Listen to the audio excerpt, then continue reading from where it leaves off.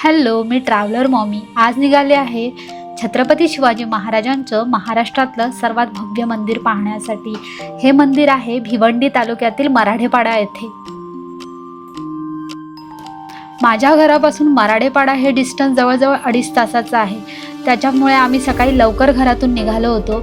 डोंबिवलीतला Mankoli bridge cross करून आम्ही Nashik हायवेला connect झालो। नाशिक हायवेचं काम चालू असल्यामुळे इथे ठिकठिकाणी ट्रॅफिक असते।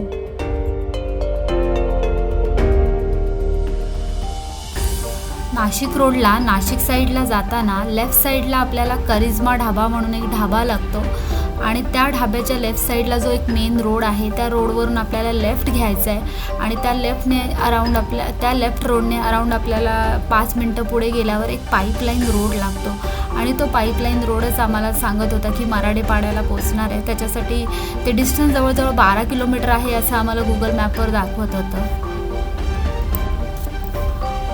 पाईपलाईन रोड हा डांबरी रोड आहे, पण बऱ्यापैकी ठिकाणी तिथे रोड पूर्ण खराब झाला होता। त्याच्यामुळे जरी हे डिस्टन्स 12 किलोमीटरचं असलं तरी खूप वेळ लागतो आणि जर पावसाळ्यात आपण इथे येत असाल तर या रोडची कंडिशन अजून खराब असणार आहे। पाईपलाईन रोडवरून पुढे आल्यानंतर पुढे आम्ही एक लेफ्ट घेतला आणि लेफ्ट घेतल्यानंतर मेन रोडला आम्हाला मोहाचा पाडा असं गाव लागलं। त्या गावातून आपल्याला परत एक राईट घ्यायचा आहे। पूर्ण गावातून हा रस्ता जातो। त्या रोडला पण बऱ्यापैकी काम चालू आहे। या मंदिराला भेट देण्यासाठी येताना पर्सनल व्हेकल आणणं हा बेस्ट ऑप्शन राहील, पण जर आपल्याकडे पर्सनल व्हेकल नसेल तर भिवंडी रोड हे इथलं नियरेस्ट रेल्वे स्टेशन आहे आणि तिथून आपल्याला ऑटोज मिळून जातात किंवा इथे बसही येते, STची बस येते, तर त्यानेही आपण इथे पोहोचू शकतो।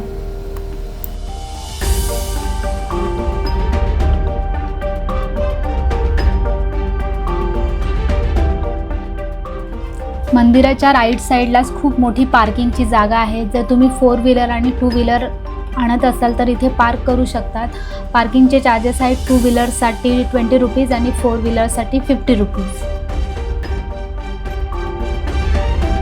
तर मंडळी, फायनली मी आता मराठेपाड्याच्या इथे आली आहे। माझ्या मागे इथे छत्रपती शिवाजी महाराजांचं मंदिर आहे। मंदिर मराठेपाडा भिवंडी इथे आहे। महाराष्ट्र शासनाकडून या मंदिराला पर्यटनातील ब या श्रेणीमध्ये वर्गीकरण करण्यात आलेले आहे।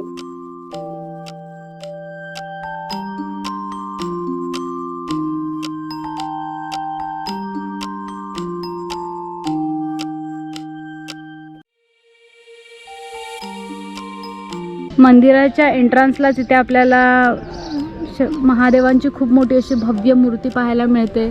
पुढे असं समोर चालत गेल्यावर इकडे राईट साईडला हा गेट आहे, खूप भव्य गेट आहे।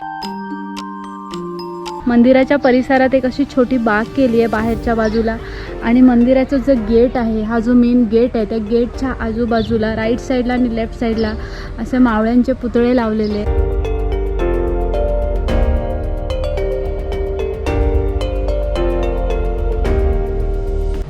हे समोर आता गेट आहे आणि असं वाटतं की एखाद्या किल्ल्यामध्ये एंट्री करतोय असा हा गेट ह्यांनी बनवला आहे। खूप भव्य गेट आहे हा।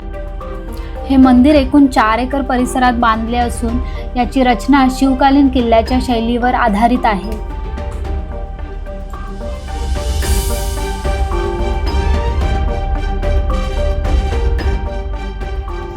मंदिरात छत्रपती शिवाजी महाराजांची सुमारे 6.5 फूट उंचीची मूर्ती आहे आणि महाराजांची ही मूर्ती प्रसिद्ध शिल्पकार अरुण योगीराज यांनी तयार केली आहे। या मंदिराचं टायमिंग आहे सकाळी 6 ते रात्री 10 वाजेपर्यंत।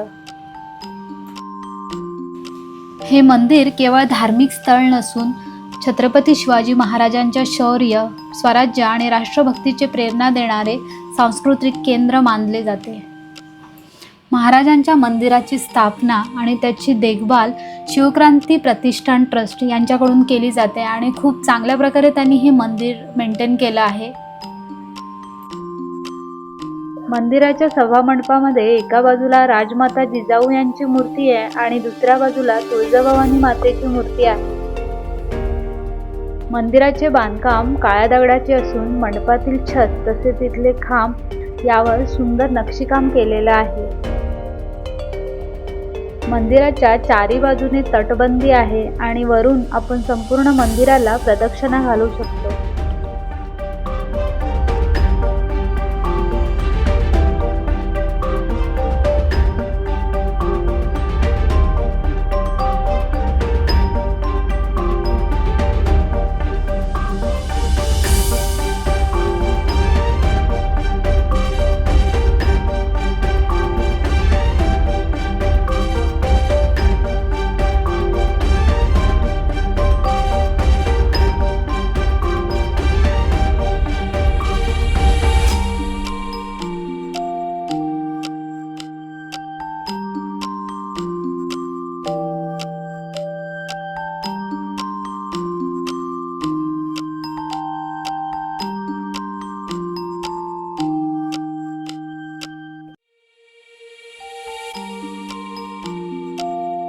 मंदिराच्या परिसरामध्येच ही फोटो गॅलरी आहे. या फोटो गॅलरीमध्ये महाराजांचा जन्म आणि त्यांच्या आयुष्यातले जे महत्त्वाचे प्रसंग आहेत त्या प्रसंगाबद्दल माहिती दिलेली आहे.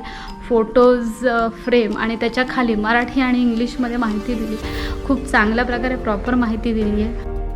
महाराजांचा इतिहास तसेच त्यांच्या शौर्यगाथा पुढच्या पिढीपर्यंत पोहोचवणं हे आपलं कर्तव्य आहे.